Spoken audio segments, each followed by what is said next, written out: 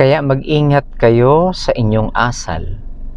Sikapin ninyong mamuhay bilang mga marurunong at hindi bilang mga mangmang.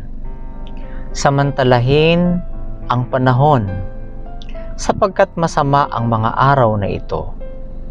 Dahil dito, huwag kayong maging walang isip, kundi unawain ninyo kung ano ang kagustuhan ng Panginoon. Huwag kayong maglasing, pagkat humahantong ito sa kahalayan, kundi punuin ninyo ng Espiritu ang inyong sarili.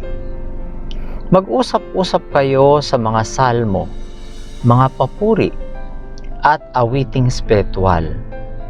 Mag-awitan kayo at ipagbunyi ang Panginoon ng buo ninyong puso. At laging magpasalamat sa Diyos Ama para sa lahat ng bagay sa ngalan ng ating Panginoong Hesukristo. I would like to make a personal reflection on the second reading today.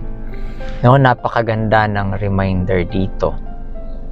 Una, ang bahagi na gusto kong bigyan ng reflection, sabi niya dito, samantalahin ang panahon sapagkat masama ang mga araw na ito. Then the other one is, dahil dito, huwag kayong maging walang isip, kundi unawain ninyo kung ano ang kagustuhan ng Panginoon.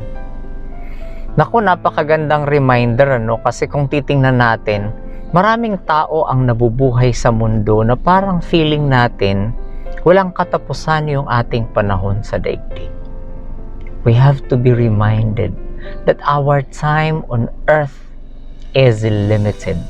Ang iba nga dyan, sa panahon pa lang, pagkatapos pa lang maipanganak, o nasa sinapupunan pa lang, after how many years, meron dyang mga 30 plus, 40 plus, or even earlier, medyo maaga-aga pa. Ang iba nakakarating ng 50, 60, 70, 80.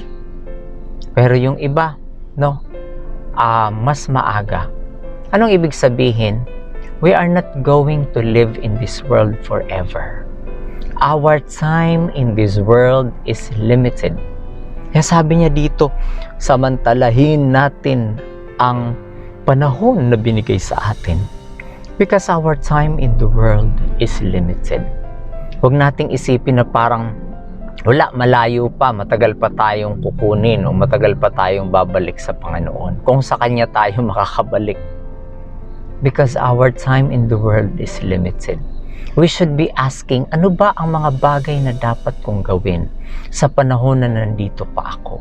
Sa panahon na binibigyan pa ako ng pagkakataon ng Panginoon na huminga, gumising sa bawat umaga. Dahil hindi forever ang ating panahon sa mundo.